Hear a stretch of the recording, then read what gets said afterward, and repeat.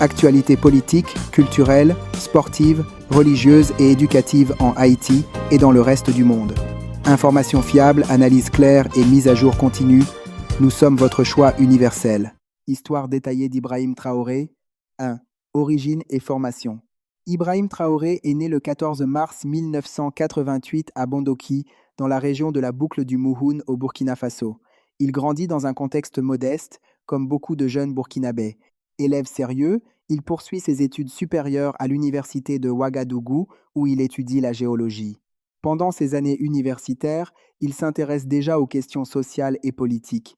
Il est décrit par certains de ses camarades comme quelqu'un de discret, discipliné et engagé. Plus tard, il décide de rejoindre l'armée burkinabé, un choix motivé par le désir de servir son pays. 2. Carrière militaire. Après sa formation militaire, Ibrahim Traoré devient officier d'artillerie dans les forces armées nationales.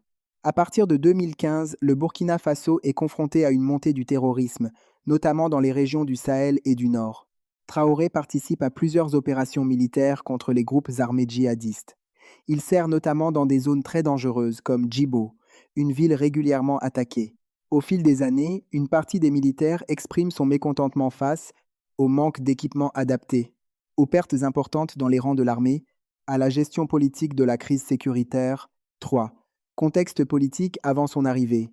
En janvier 2022, un premier coup d'État renverse le président Rochmark Christian Kaboré.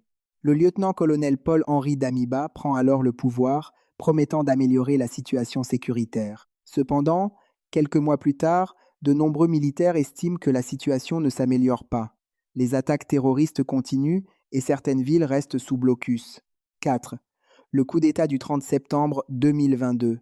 Le 30 septembre 2022, Ibrahim Traoré mène un nouveau coup d'État contre Damiba. Il justifie son action par l'incapacité du régime précédent à stopper l'insécurité, la nécessité de réorganiser l'armée, l'urgence de sauver le pays. À seulement 34 ans, il devient président de la transition et chef de l'État. Il est alors considéré comme le plus jeune chef d'État au monde à ce moment-là. 5. Ses orientations politiques. Depuis son arrivée au pouvoir, Ibrahim Traoré affirme vouloir renforcer la sécurité.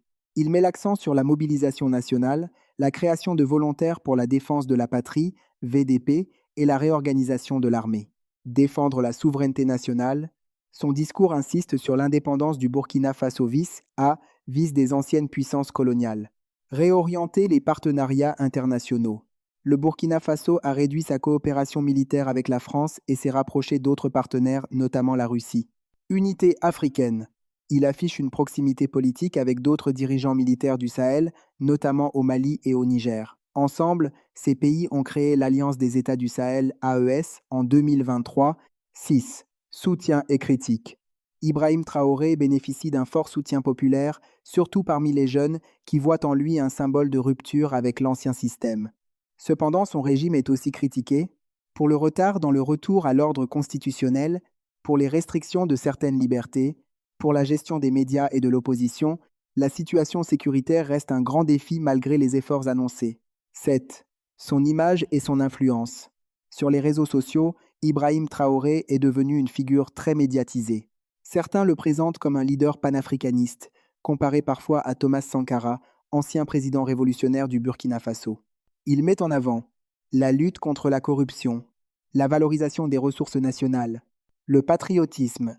Conclusion. Ibrahim Traoré est un jeune officier devenu président dans un contexte de crise profonde. Son parcours reflète les tensions actuelles au Sahel, insécurité, instabilité politique, quête de souveraineté et désir de changement. Son avenir politique dépendra principalement de l'amélioration réelle de la sécurité, de la stabilité institutionnelle, du retour éventuel à un régime démocratique